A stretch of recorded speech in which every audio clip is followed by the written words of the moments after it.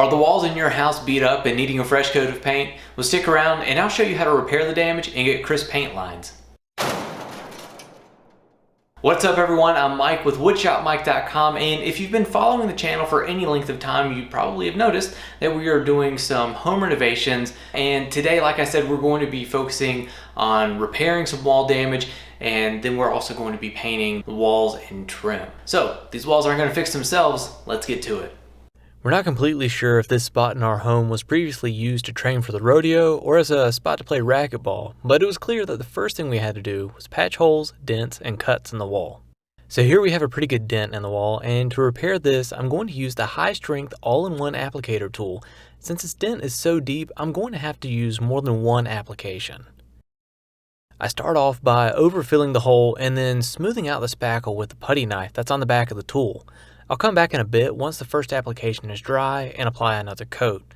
Once that last coat is dry, I'll sand back the spackle flush with the wall using the sandpaper that's on the cap of this tool.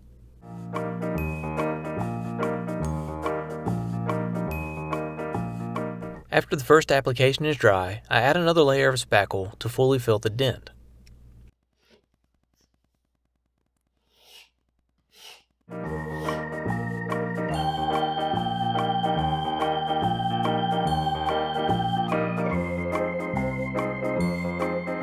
Now that the last application of spackle is dry, I sand it back smooth with the wall.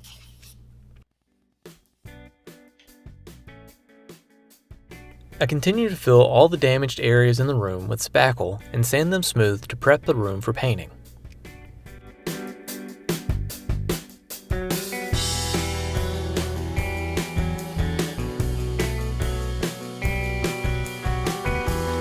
Before painting, I needed to caulk the baseboards and window trim. I cut the end of the caulk tube so that only a small bead will come out, and I wear gloves to keep my hands clean while smoothing out the beads of caulk.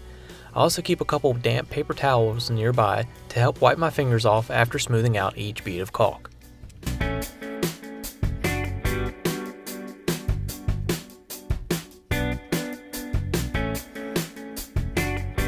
Since the window trim was previously stained and clear coated, I needed to scuff and sand the trim before priming. For this, I used 3M Pro Grade Precision Sanding Sheets. The sandpaper cuts fast, lasts a long time, is tear resistant, and has a no-slip grip backing. This means that when you fold over a sheet, it doesn't shift around in your hand while you're sanding, which makes the task a lot easier. I also made sure to wear a respirator. I don't know about you, but I was only born with one set of lungs. I'm doing my best to keep them healthy. So at this point, the walls have been prepped, and I'm ready to start taping off so that way I can paint the walls. So I'll be taping the ceiling, any trim that has already been painted, and the very top of the baseboards. Now the baseboards haven't been painted yet, but I don't want to slap paint all over them, so it's very quick and easy to run a layer of tape around the top of the baseboards. However, I'm not going to be taping off the trim of the window to my side, because if I get some paint on the side of that, I'm not super worried. I have to prime that anyways. So the product that I'm going to be using for most of my taping is the original Scotch Blue Painter's tape. Now, after 24 hours and the wall paint has dried, I'm then going to come back and I'm going to tape off this window that's beside me. I'm going to tape against the wall using the Delicate Surface Scotch Painter's tape. All right, let's get started. The last thing to do before I start painting the walls is to tape everything off. I always press the tape down firmly after I've laid down each strip to make sure it's fully sealed along the edge.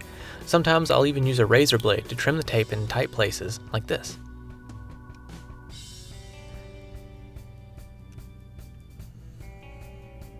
I make sure to have the surfaces I'm taping free of dust so that the tape will adhere properly, and to get the best results possible, I wait for 30 to 60 minutes after applying the tape before I start painting.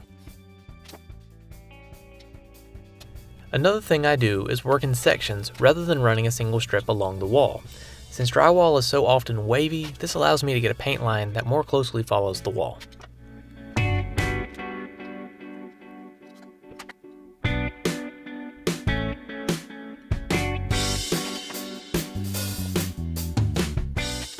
Okay, so it's time to paint. To start off with, I cut in along the edges and trim with a 2.5 inch sash brush.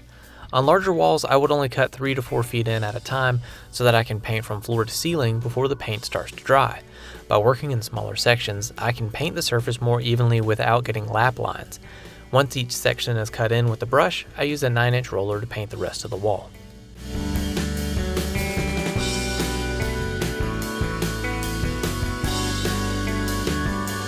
Once the paint is dried to the touch, I'm ready to start removing the tape. I carefully peel back at a corner and pull the tape back on itself at roughly 45 degrees. As you can see, the results are a flawlessly crisp paint line.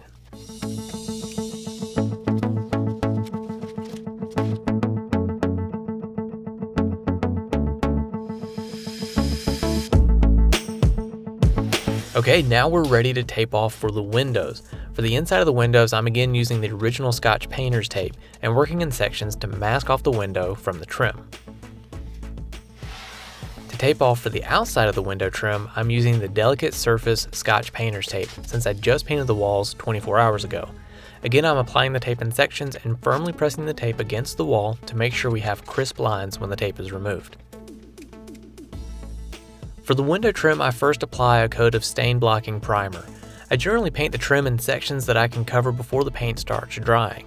I start with the inside and outside of the trim and then paint the face. I've found that painting in the sequence gives me a better end result. After my primer is cured per the manufacturer's guidelines, I then apply 2 coats of semi-gloss trim paint. I again follow the same painting sequence as before of painting the inside and outside of the trim first, followed by the face, making sure to work in sections that I can complete before the paint starts to dry. Just as before, to remove the tape, I carefully peel back at a corner and then pull the tape back on itself at 45 degrees. Man, check out how crisp that paint line is. Also worth noting is the extreme concentration I apparently felt was necessary in this step. Because peeling tape is the most rewarding part of a painting project and way more exciting than actually watching paint dry, I hope you enjoy the next few clips.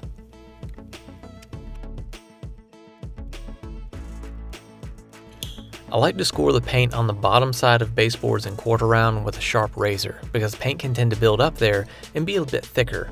So scoring the paint is cheap insurance that I won't inadvertently peel paint off of the trim while I'm removing the tape.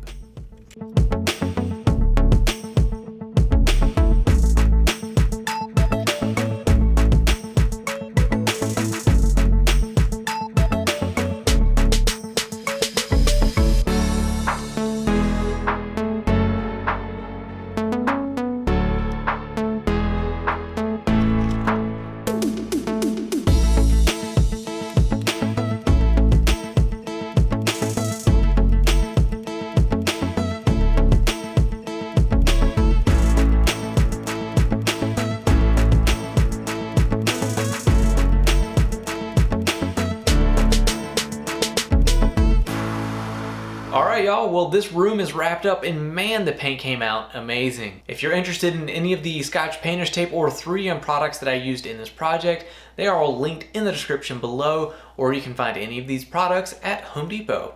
Have any questions or comments? Make sure to leave those in the comment section below and I'll get back to you as soon as possible.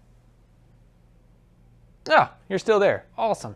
Hey, if you enjoyed this video, I got another one queued up for you right here. And if you want other awesome content from me, check out those. Anyways, hope you enjoyed the video. Please hit the like and subscribe. And until next time, have fun making something.